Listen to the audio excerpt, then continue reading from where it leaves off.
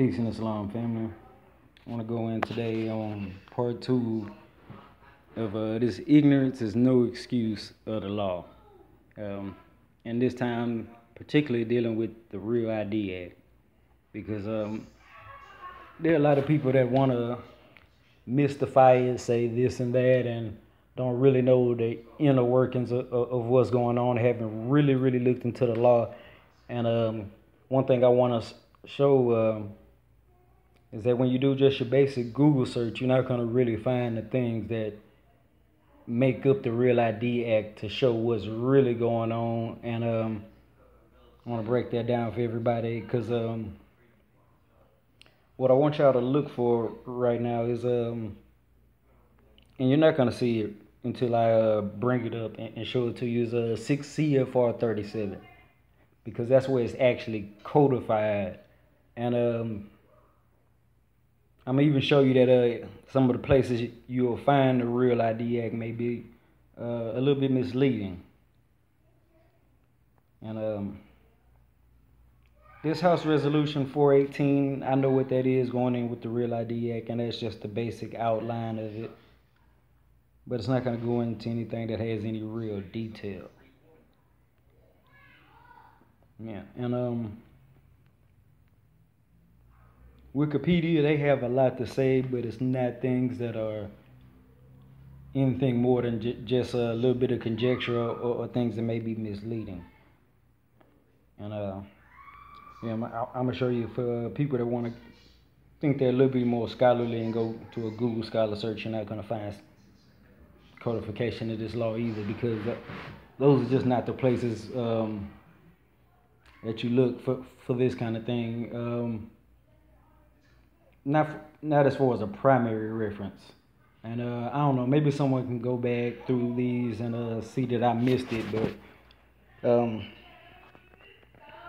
yeah, I'm gonna pretty much show y'all where everything is at without an issue. Here, let me go back up.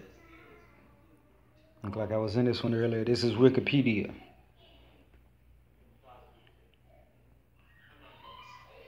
And they talk about all the minimum standards for driver's license IDs, of course. And they try to be a little bit scholarly, have citations, codification, and all of this is their references, but you won't see what I was telling you about. And yeah.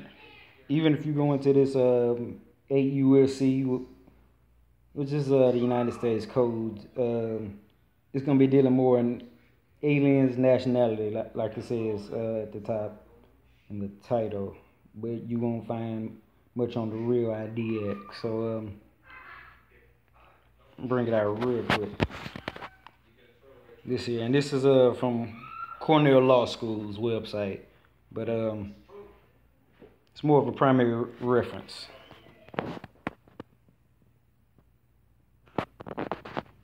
Now, in here, this is where you're really going to get to the meat of this Real ID Act to really know what's going on. Anyone that's really interested in getting into it, yeah, I'm going to check out subsection B, because this is where they have more of the things that really describe what's going on.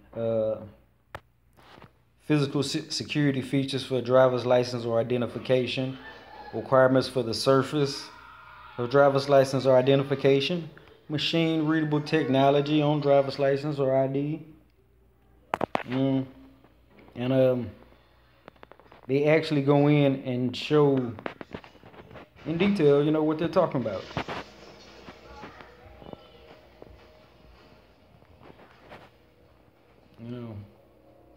And this is one for one, actually going through all the provisions.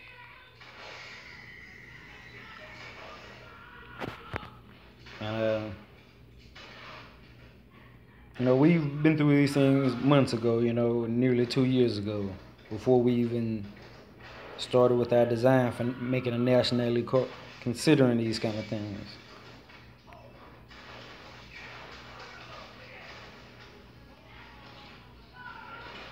Check it out. This is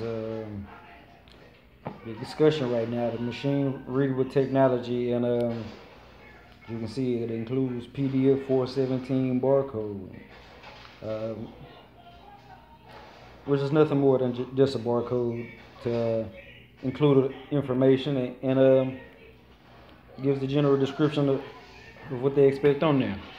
And we've been through all these things, and taking our time, read it all, and make sure we're up to par with everything here and international standards as well. But just to go a little bit deeper, because this is a lot, and almost everything you could find out there. But I like to do a little bit further thorough research when I do things. So I bumped into this book here. This was put out by Homeland Security and TSA. They teamed up for this one here. They both have lots of commentary in here. This is on specifically 6 CFR 37. They don't talk about the Real ID Act. That's not even what they call it. So when I tell you that is a reference for where you're going to find the Real ID Act and where it's actually codified, I'm going to say that the government agrees. And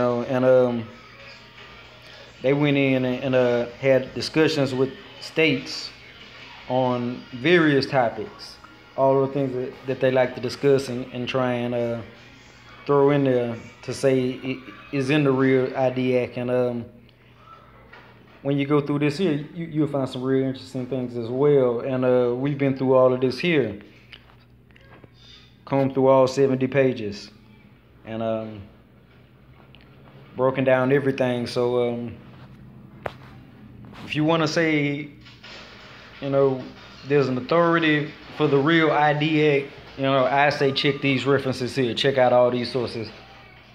And you should be able to get a thorough understanding, and maybe it won't be so spooky for you. And with that, I'm a yield, family. Peace.